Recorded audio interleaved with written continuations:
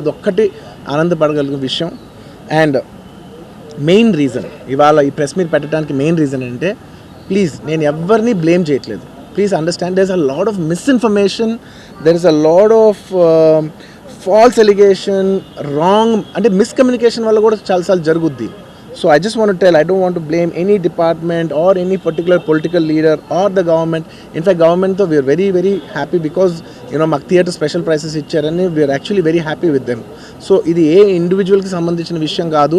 I just want to address everybody that there is a lot of misinformation. నేను ఇలా behave చేశాను, నేను అలా అన్నాను, నేను ఇలా చేశాను అనేది రాంగ్ ఎలిగేషన్స్ పడేసరికి I'm feeling extremely, how do you say, I'm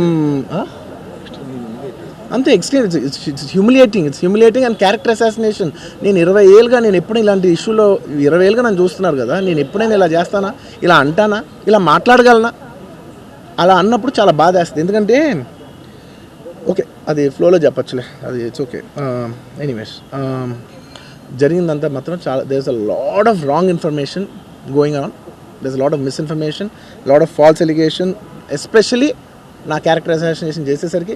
sir నేను సినిమా చేసి సినిమా చాలా పెద్ద సక్సెస్ అయ్యి ఉండి ఆ సక్సెస్ అంతా పక్కన పడేసి మొత్తం గత 15 రోజులుగా నేను ఇక్కడే కూర్చుని అన్ని ఫంక్షన్స్, అన్ని ప్రోగ్రామ్స్, అన్ని సెలబ్రేషన్స్ అన్ని మ్యాక్సిమం క్యాన్సిల్ చేసేసుకుని, పబ్లిక్ ఫంక్షన్స్ అన్ని పెడతా ఉన్నాయి, అన్ని క్యాన్సిల్ చేసుకుని ఒక్కడనే ఇక్కడ కూర్చుని, అరే ఇలాంటి టైం ఎలా ఉండేది, నేను ఎలా ఉండాల్సిన టైం ఇలా అయిపోయింది అంటే, నేను ఒక్కడనే కూర్చుని 15 రోజులు ఇంట్లో ఎక్కడికి వెళ్ళబోతున్నా, నా ఆఫీస్కి వెళ్ళబోతున్నా, నేను సొంతగా సినిమా తీసా.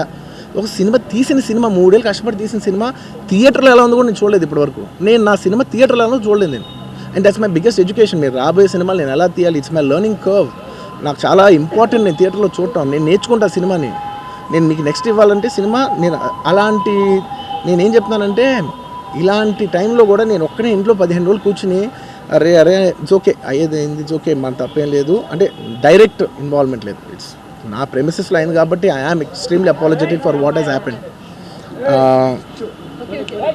అలాంటిది ఇలా 15 రోజులు